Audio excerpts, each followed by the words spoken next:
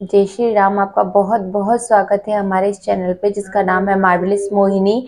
और मैं आज आपको सुनाने जा रही हूँ देवउठनी ग्यारस की कथा, जिसे हम प्रबोधिनी एकादशी भी कहते हैं। इसे देवउठनी ग्यारस कहते हैं क्योंकि इस दिन भगवान विष्णु ने योग निद्रा पूर्ण की थी।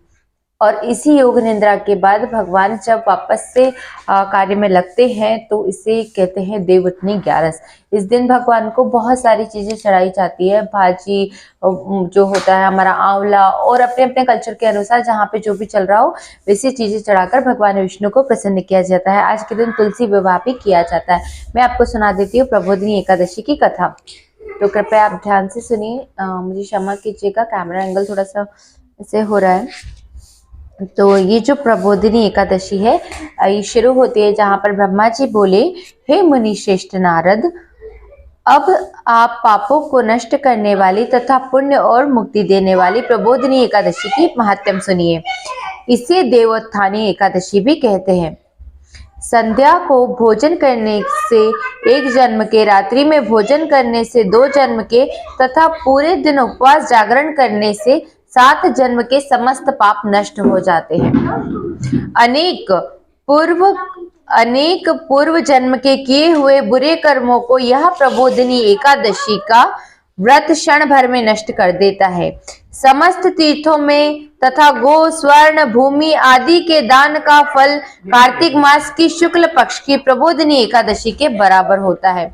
मतलब इस व्रत का महत्व समझ रहे हैं आप, कितना महत्वपूर्ण व्रत है ये।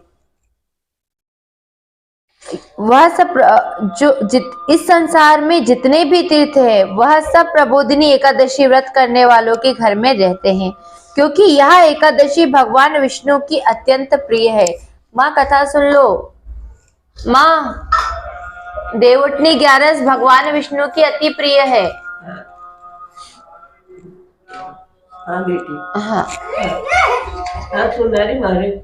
इस व्रत के प्रभाव से मनुष्य पुनः जन्म नहीं लेता। मतलब हम हिंदू धर्म सनातन धर्म जो है हमारा, इस सनातन धर्म की परंपरा में जन्म मरण का जो हमारा बंधन बतलाया गया है ऋषि मुनियों द्वारा, वो जन्म मरण का बंधन नष्ट हो जाता है। वह दोबारा जन्म संसार में नहीं लेता।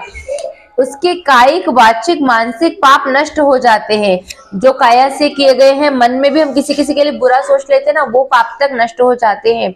इस एकादशी के दिए गए दान, तप, होम, यज्ञ आदि से है उन्हें अक्षय पुण्य मिलता है। इस दिन आप यज्ञ दान जो भी करते हैं आपको अक्षय फल की प्राप्ति होगी। मतलब उसका कभी भी क्षय नहीं होगा, उसका कभी भी क्षय नहीं होगा। इस पर नारद जी बोले, हे ब्रह्मा जी, अब आप एकादशी व्रत के विधान कहिए। ब्रह्मा जी बोले, हे नारद, इस एकादशी के दिन मनुष्य को ब्रह्म मुहूर्त में उठना चाहिए, नदी, तालाब, कुएं आदि पर स्नान करके व्रत धारण करना चाहिए। इस एकादशी के दिन मनुष्य को ब्रह्म मुहूर्त में उठना चाहिए और नदी, तालाब आदि में स्नान करना चाहिए। माँ, है ना? उस समय भगवान से विनय करनी चाहिए कि हे भगवान, आज मैं निराहार दूसरे दिन व्रत भोजन करूंगा। मतलब आज का पूरा दिन निराहार रहना है और दूसरे दिन हमें भोजन करना है।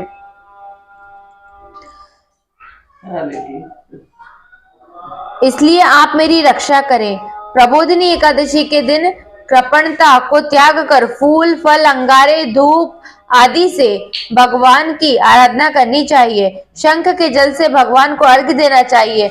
बिल्वपत्र, तुलसी दल, दूर्वा दल, कदम्ब, सफेद, लाल कनेर, वकुल, अशोक, चंपक, केतकी, पीत व रक्त वर्ण कमल के फूलों से भगवान विष्णु की पूजा करनी चाहिए।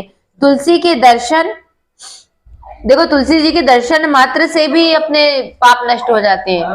तुलसी जी के दर्शन मात्र से माँ हाँ नष्ट हो जाते हैं, है ना? तुलसी के पौधे का रोपण भी इस दिन करना चाहिए। व्रत की आज तुलसी की तो पूजा करें। हाँ, आज तुलसी माता का विवाह करेंगे ना शालिग्राम जी से। व्रत की पूर्ति के लिए ब्राह्मण व भूखों को भोजन देना चाहिए। गुरु की पूजा करके दक्षिणा देनी चाहिए। दही, शहद, घी, दूध, चावल, शैया दान, स्वर्ण सहित तिलक दान, बेल दान, और जो इस मास में नमक का त्याग करते हैं उन्हें शक्कर का दान करना चाहिए। प्रबोधिनी एकादशी का विधि पूर्वक व्रत दान आदि करने से इस लोक तथा परलोक में अत्यंत सुख मिलता है। जय श्री राम। बोलिए बाके बिहारी लाल की जय। यहाँ पर देखा जाए तो इस व्रत में कथा नहीं है, इस व्रत में उसका महत्व बताया गया है, क्योंकि भगवान योग निद्रा से अब बाहर आए हैं। और जब हम इस व्रत को धारण करते हैं तो बहुत सारे लोग ऐसे भी होंगे जिनसे व्रत धारण नहीं कर पाए होंगे, वो भी विष्णु सहस्त्र नाम का पाठ कर सकते हैं, हरे कृष्ण हरे राम की माला कर सकते हैं, नहीं तो माता तुलसी के दर्शन आदि कर सकते हैं। आज तुलसी विवाह भी है, माँ तुलसी का विवाह शालिग्राम जी से किया जाता है, तो आप जो है माँ तुलसी का विवाह शालिग्राम से करा सकते हैं। और मुझे क्षमा कीजिएगा, मैं आपको ये वीडियो बहुत लेट पोस्ट कर रही हूँ, आगे से बिल्कुल कोशिश करूंगी कि मैं जल्दी ही अपना कार्य को पूर्ण कर पाऊँ। हरे कृष्णा। आप सभी स्वस्थ रहिए और आप लोगों के अच्छे स्वास्थ्य की कामना। माँ सबको आशीर्वाद दे दो, आप माँ सबको आशीर्वाद दे दो, आशीर्वाद दे दो सबको। हाँ बेटे खुश रहो, भोलेनाथ की कृपा रहे आपको।